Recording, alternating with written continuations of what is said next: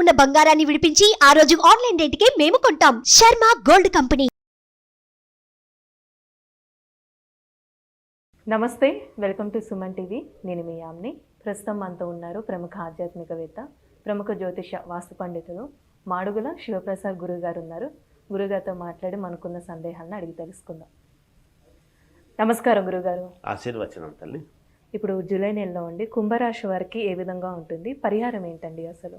అదేవిధంగా ఇప్పుడు శని వక్రగతి కూడా అంటున్నారండి, అసలు ఏ విధంగా ఉంటుందంటారు? శ్రీ మహాగణాధిపతయే నమః. ఐం మహాసరస్వత్యే నమః. శ్రీ లలితాంబికాదేవియే నమః. ద్వాదశ రాసుల వాళ్లకు కూడా శని వక్రగతి అనేటువంటి దీని వలన కానీ, మిగతా ఉండేటువంటి గ్రహస్థితుల వలన కానీ, మామూలుగా ప్రతి మాసము కూడా మనము మాస ఫలాలు చెప్పుకుంటున్నాం. అవునండి. కొన్ని గ్రహాలు తొందరగా మారటం ఎందుకు ప్రతి నెలా చెప్పుకోవాల్సినటువంటి అవసరం అంటే, కొన్ని గ్రహాలు చంద్రుడు కానీ ఇలా కొన్ని వెంటనే రోజుల తరబడి మారిపోతూ ఉంటాయి. మారిపోతూ ఉన్నప్పుడు ఈ మారేటువంటి గ్రహాలు గోచార రీత్యా అనుకూలవంతమైనటువంటి గ్రహాల దగ్గరికి వచ్చేటప్పటికీ అనుకూలంగా జరగటము, ప్రతికూలము గ్రహాల దగ్గరికి వెళ్ళేటప్పటికీ చిన్న ఇబ్బందులు కలగటము సహజం, మనం చూస్తూ ఉన్నాం. అందుకని కదా మనం మాస ఫలాలు మామూలుగా చెప్పుకుంటాం. ఈ నెల ఎలా ఉంది, వచ్చే నెల ఎలా ఉండబోతుంది, మళ్ళీ నెల ఎలా ఉండబోతుంది, సంవత్సరము పొడవునా ఓవరాల్గా ఎలా ఉంటుందని చెబుతాం ఉగాది పండుగ నాడు. ప్రతి నెలలో కూడా జరగబోయేటువంటివి ఏమిటి, ఎలా జరుగుతూ ఉంది అనేటువంటి దాని గురించి మనం తెలుసుకుంటాం. పైగా ఇప్పుడు కొంచెం శని వక్రించటం అనేటువంటిది ఒకటి. శని స్వక్షేత్రగతుడై ఉండి వక్రించడం, వక్రగతి అనేటువంటిది ఉండే దానివలన ఇప్పుడు ఈ జూలై మాసంలో 12 రాసుల వాళ్లకు కూడా ఎలా ఉంది అనే దాని గురించి ఇప్పుడు మనం చెప్తాం. కుంభరాశి వారికి ఈ జూలై మాసం అంతా కూడా చాలా అనుకూలముగా ఉంది, యోగవంతముగా ఉంది. వీళ్ళు ఏదనుకున్నా ఆ పని పూర్తి చేసుకోగలిగినటువంటి సామర్థ్యము వాళ్లకు ఉంటుంది కాక, వృత్తి ఉద్యోగాల పరంగా సమస్యలు ఏమైనా ఉంటే కూడా వాటిని అధిగమించడం జరుగుతుంది. ఈ సమస్యలు లేకుండా ఎక్కడ ఉండవు కదమ్మా. అంటే ట్రాన్స్ఫర్ విషయంలో కావచ్చు, లేదా ప్రమోషన్ విషయంలో కావచ్చు, ఇలా ఉద్యోగులు చేసుకునేటువంటి వాళ్లకు ఉద్యోగుల్లో అనుకూలవంతముగానే ఉన్నది, వాళ్ళకు మేలు జరుగుతుంది. మానసికమైనటువంటి సమస్యలు ఏమైనా ఉంటే తొలగిపోతాయి. మానసిక సమస్యలు ఉంటే ఏమి పెట్టుకోకుండా తీసేసుకుంటారు.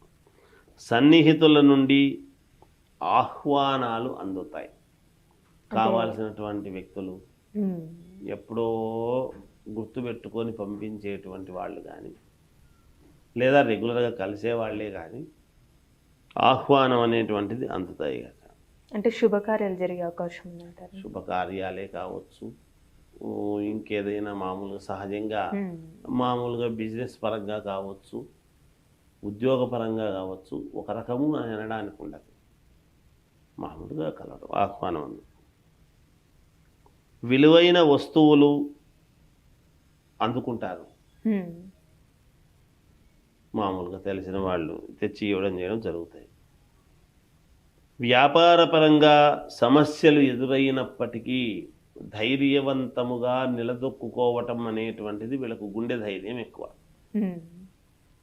ఇట్లాంటి దీంట్లో అంటే ఏదైనా వ్యాపారపరంగా సమస్య వచ్చిందంటే వచ్చిందని వెంటనే హైరాణ పడిపోయి ఇబ్బందులు చేసుకొని అలా అనేటువంటిది కాకుండా బాగా నిలబడి దీర్ఘకాలమైనటువంటి ఆలోచన చేసి ఏమి చేస్తే వీళ్ళు శాంతిస్తారు అనే ఉద్దేశంతో అలా శాంతింపజేసే విధముగా వీళ్ళ యొక్క నడవడిక ఇదంతా కూడా ఉంటుంది కాక, వ్యాపారపరంగా ఎన్ని సమస్యలు ఎదురైనా అధిగమించేదే ఉంటుంది, దాంట్లో కూడా అధిగమిస్తారు. విద్య, సంతాన విషయాలు, సంతానం యొక్క విద్యా విషయాలపై శ్రద్ధ చూపించడం, అంటే ఇంతవరకు కొత్తగా పెళ్ళైనటువంటి వాళ్ళు సంతానము మీద సంతానము కావాలి అనే దాని మీద శ్రద్ధ చూపించవచ్చు. లేదా వివాహమై సంతానము ఉండేటువంటి వాళ్ళు వాళ్ళ పిల్లల భవిష్యత్తు గురించి ఆలోచన చేయటం, లేదా పిల్లలు పెద్దవాళ్ళై కాలేజీల్లో చేరాలి చెందాలి అని అనుకునేటువంటి వాళ్ళకు వాటి మీద శ్రద్ధ చూపించడం, ఇలా అనేక రకాలుగా ఉంటారు.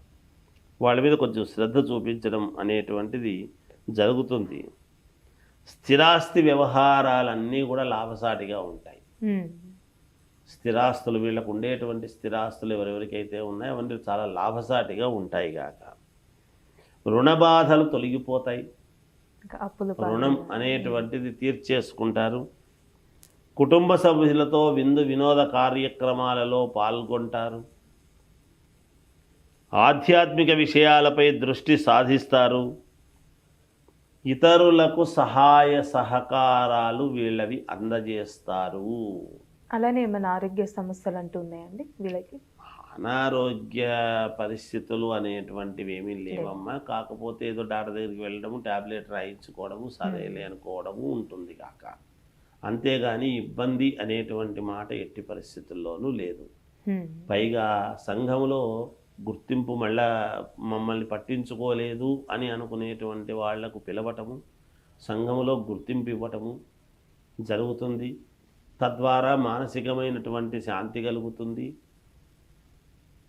భార్యాభర్తల మధ్య అన్యోన్యత పెరుగుతుంది. ఈ రాశి వాళ్లకు ఎవరైనా పోట్లాడుకొని దూరముగా ఉంటే దగ్గరయ్యేదానికి అవకాశం ఏర్పడుతుంది. అంటే దూరమైనారు అంటే ఏదో అలిగిపోవటం చేయటము కానీ, లేదా స్నేహితులు మాట్లాడుకోకుండా ఉండినటువంటి వాళ్ళు ఫోన్లు చేసుకొని మాట్లాడుకోవడం లాంటివి జరుగుతాయి.